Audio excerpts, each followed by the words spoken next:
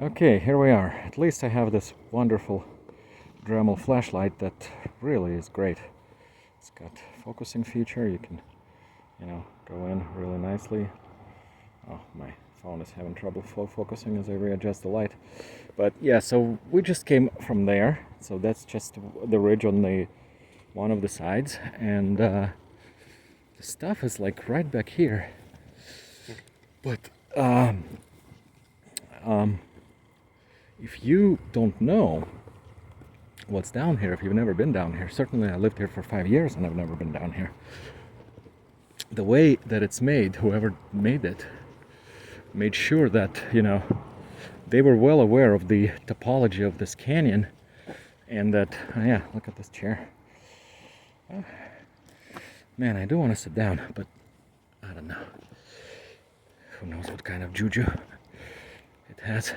So yeah, they were well aware of the topology of this canyon and how, if you're up on any of the ridges overlooking the canyon, there is nothing you can see. It's so well placed inside of these trees. Now this is where it starts, right? This is kind of the collapsed, whatever, shed here. That's what initially caught my attention, and I followed it down that way. Now, I just heard the bang coming from there too. Like I said, I don't want to go down there at night and end up not coming back out. So, let's just leave it at that. It's down that direction. Because of the stuff that I found up on top, I need to go up there and make sure that at least stuff gets documented, and I want to pick up that stuff. So look at the way these branches are stacked. I don't know, maybe just people, cutting the trees, or maybe something else. Certainly has a Blair Witchy vibe about it, especially at night. If I had a buddy with me to watch my back, and that might have been doable. But yeah, ain't nobody is my buddy on this journey. That's kind of something you learn, and I say that as if I know what it's like for other people, but I've read, as I've researched my own findings and kind of come upon other people's accounts of going on these journeys and quests when you feel like something is just pulling you, that there is something important that is beckoning you to discover it, and other people who have had similar experiences, spirit quests, going back as far as Native American traditions and things like that. It's always the journey is always lonely. It seems like everybody who describes it. Certainly in movies it's not always that way. You see, all these great, tandems of heroes, Batman and Robin, Zorro and who was it with him, Toto or whatever, I don't know, but Don Quixote and Sancho Panza, they have a partner. But in real life, in all the accounts that I have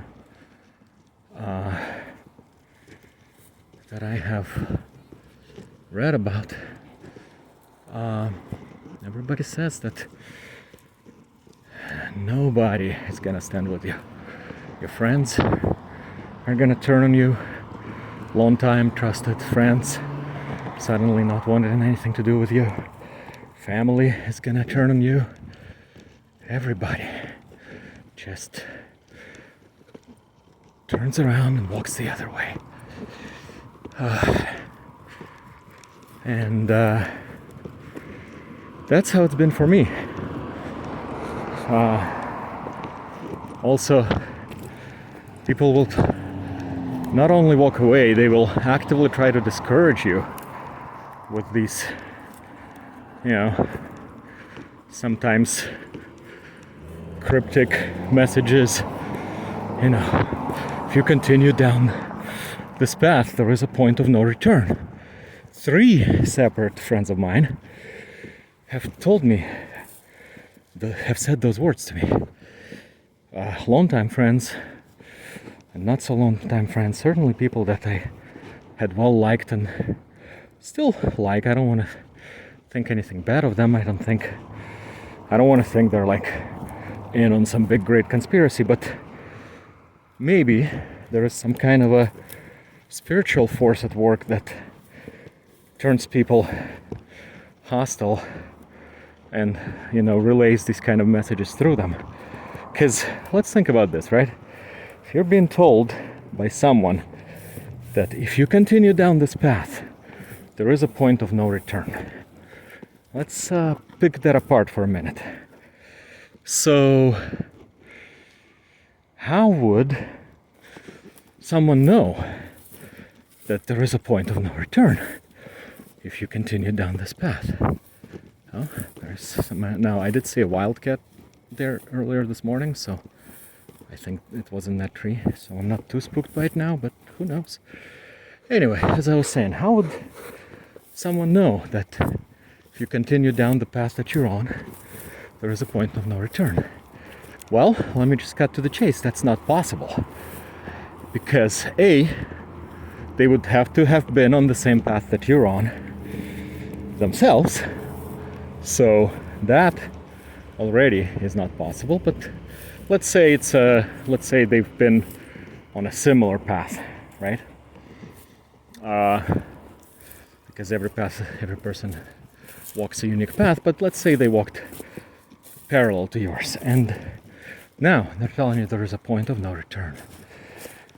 So, how can you possibly know that? Because if you yourself have reached a point of no return, in order to be able to claim and tell someone about it, you couldn't, because it's a point of no return, right? So you can't, once you've reached it, you can't return from it. Once you've reached the point of no return, you can't go back and tell someone about it, because it's a point of no return. And if you're telling someone about it, claiming to know about it, it means that you have not reached such a point. It means that you cannot actually say something like that genuinely, truthfully, from a place of knowledge, from a place not having like heard about it or read about it, but knowing it yourself. There is no way you can know it and tell about it. It's a catch-22. If you've reached the point of no return, you don't return to talk about it. And if you talk about it, that means that you haven't reached it. That means that you're being disingenuous. That means that the message is false. Of course, add to it the fact that I've heard it from 3 different people. And this is the kind of stuff that really starts to pique your curiosity, and you start thinking, what the hell is going on? Why are people so adamantly opposed to me pursuing this inquiry? And why are they saying things that are, once you really put your mind to it and think about it, that are, obviously false claims and obviously misleading and meant to confuse. So that's where, and ironically enough, that's the kind of stuff that keeps me going, because I'm thinking, well, what the hell? If this is what people are telling me, and they really don't want me to follow this for whatever reason, but they obviously are not telling the truth, and there's obviously something more to it than meets the eye. And so that's what pushes me to go forward. Now, in the dark, certainly much harder to find that spot.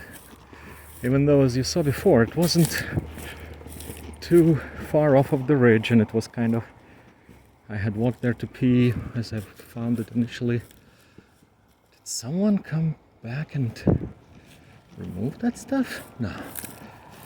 So where the hell did it go? It was pretty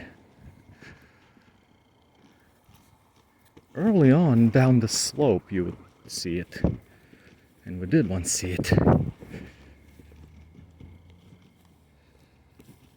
Ah, there's the bag. Okay, we're here. So this is what I stumbled into this morning. Now, if you are not seeing it in this footage, check it out. Oh man, perhaps this light is too bright. Oh, yeah. Let's diffuse it a little bit. Alright, it might be still hard to see, so let me get what I went back for. Back here. Recall, or maybe you don't recall because I haven't posted the previous video in connection to this. But my first time I came out here just like maybe less than an hour ago, I forgot to bring my grabber. You know, this guy. And I certainly don't want to touch that with my hand. So, and I don't know if it's anything to be concerned about at this point. There are coyotes in this canyon, and certainly not, you know, I haven't seen any more of it, of this type of item, to be really, you know, very, to be able to say with certainty that it is something. But I'm not an expert on anatomy, so I don't know if this is, but look at it, it's pretty big. It's a bone. Looks like, to me, that looks like human. I don't know, maybe a femur. Alright, yeah, that's a bone. Looks like maybe a femur bone, I don't know. And maybe big enough to be human. I don't know, deer? Do deer have such bones? I don't...